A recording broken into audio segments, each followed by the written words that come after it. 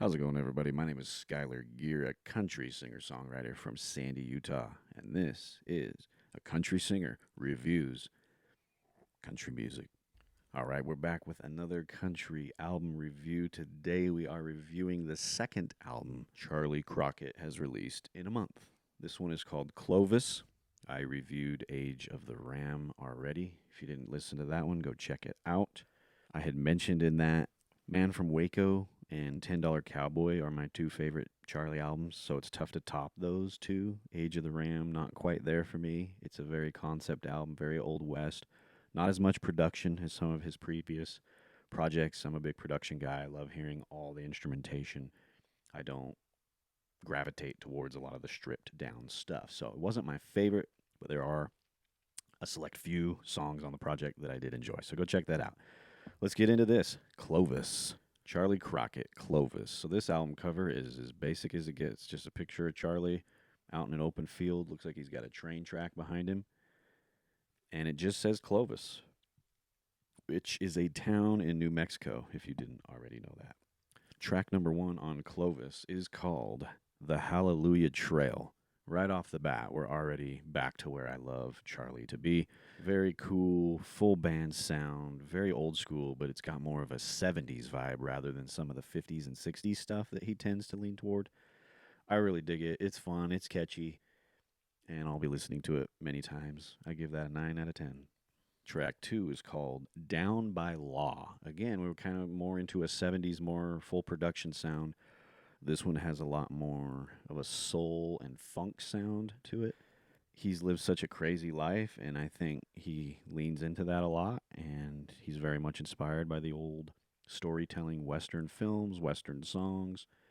And so I think he takes a lot of that into his music, into his writing about him, his life, and what he's done. He's traveled a lot, and it all just comes out really cool. He's played all kinds of genres, and he just tries to blend it all together.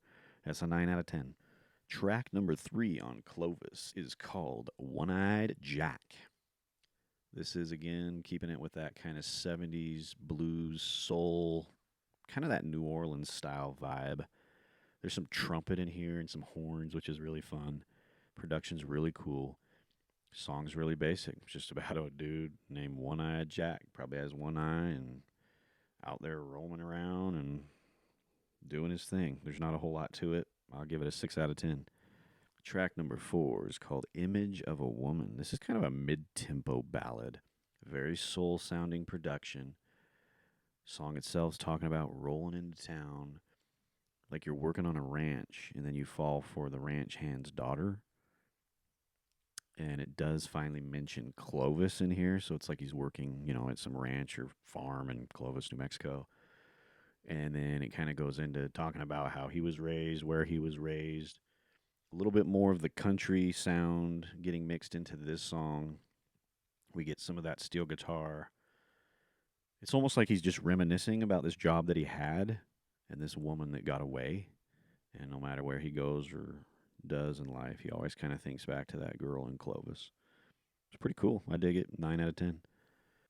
Track five, I believe, is where we're at. Eagle and Crow. Definitely describing himself just gambling, living on the wild side of life, flying free like a bird. The production on this one leans more rock, which is pretty cool to hear from Charlie. There's almost like a arpeggiator sound, which is kind of like it's like when someone holds a guitar and just like shakes it and you get that. But they also have an arpeggiator setting on a lot of keyboards too. It's just kind of that. I don't know. It's pretty neat. I've always kind of dug it. It kind of gives it that heavy distortion feel. And this tune is really catchy.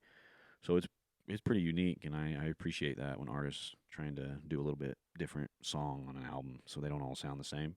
So that's a 9 out of 10. Top Hand. This is a mysteriously slow ballad. It's like a lullaby. Some nylon string guitar, some B3 organ. Top Hand, a good worker, hard worker. Kind of a cowboy term I wasn't super familiar with. I sing country music, that don't make me no cowboy. I sing songs for cowboys. So there you go. Which Charlie kind of says the same thing. The first listen, I was like, this is more of a 5 out of 10 because I wasn't totally sure about it. But when I listened again, I really kind of dug it. So I'm going to give this one a 7 out of 10. Next track we have Country Music. This is the most country sounding song on the project so far.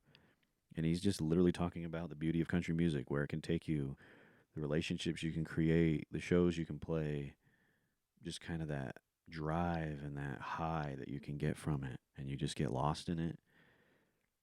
And it almost kind of mentions like how the genre may have shifted away from country music for a little while.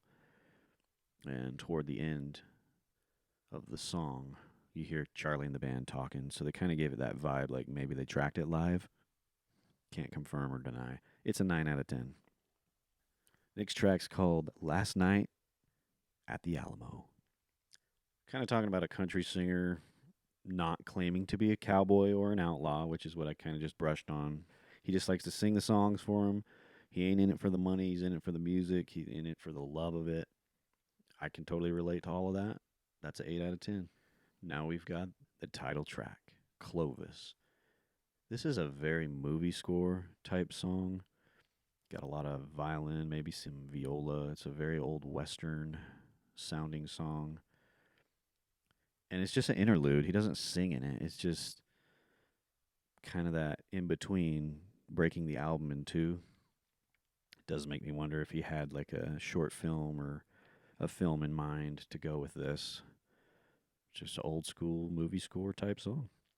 Next track is called Don't Take Your Guns to Town. This song's really cool. It's talking about a young cowboy named Billy Joe changing the way he lives. Potentially he's angry at the world and he wants to get the hell out of his hometown. And his mom keeps telling him, well, just don't take your guns to town. Do not take your guns to town. It's kind of this metaphor, like almost don't go through life angry and violent and all that. And then this character in the song, Billy, starts writing songs, and maybe some people don't like his songs or don't like the way he performs them, and they push back.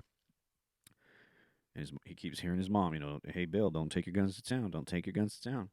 And then he finally just has it, and he gets mad, and he draws his guns on someone, and that someone happens to be quicker and better than him, and puts him down. And as he's dying, the last thing he hears is his mom.